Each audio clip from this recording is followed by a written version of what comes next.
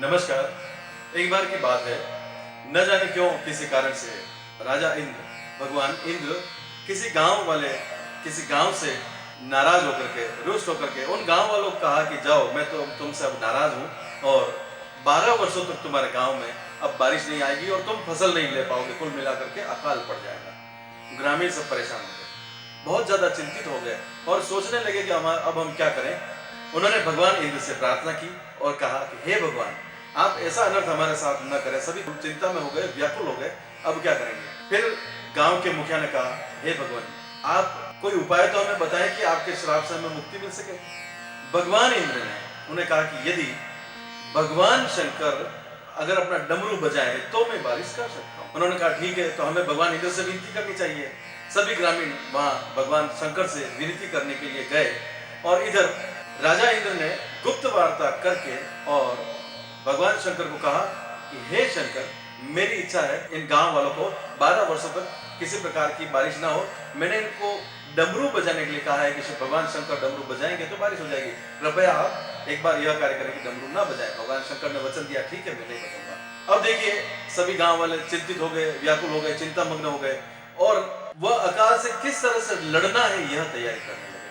और इधर एक किसान जो आत्मविश्वास से भरा हुआ और अपने खेतों की निराई गुड़ाई कर रहा है, खेतों की सफाई कर रहा है, खेतों में फसल बोने की तैयारी कर रहा है। गांव वाले गए और उस पर हंसे, करे मूर्ख, तुझे पता नहीं कि भगवान इंद्र ने खुद आकर के कहा है कि 12 वर्षों तक बारिश नहीं होगी, तो क्यों इतनी मेहनत कर रहा है, तो क्यों ऐसे काम कर रहा है। तब उस किसान ने जवाब दिया, बहुत ही सुनने लायक और समझने लायक है, कि मैं आज अगर यह काम नहीं करूंगा और 12 वर्षों तक काम नहीं करूंगा, 12 वर्षों के बाद क्या पता मैं भूल जाऊं या ये धरती है ये उपजाऊ ना रहे, पता नहीं क्या हो जाएगा। इसलिए मैं अपने आप को, वैसे भी करेंगे क्या, हम लोग हैं तो बिल्कुल ही फ्री, काम तो कुछ है नहीं हमारे पास, तो मैं अपने आप को व्यस्त रखने के लिए और अपना कुछ अच्छा करने के लिए अपने खेतों की निराई गुड़ाई में लगा हुआ हूं और आपको भी ऐसा करना चाहिए, आप भी इसमें लगे।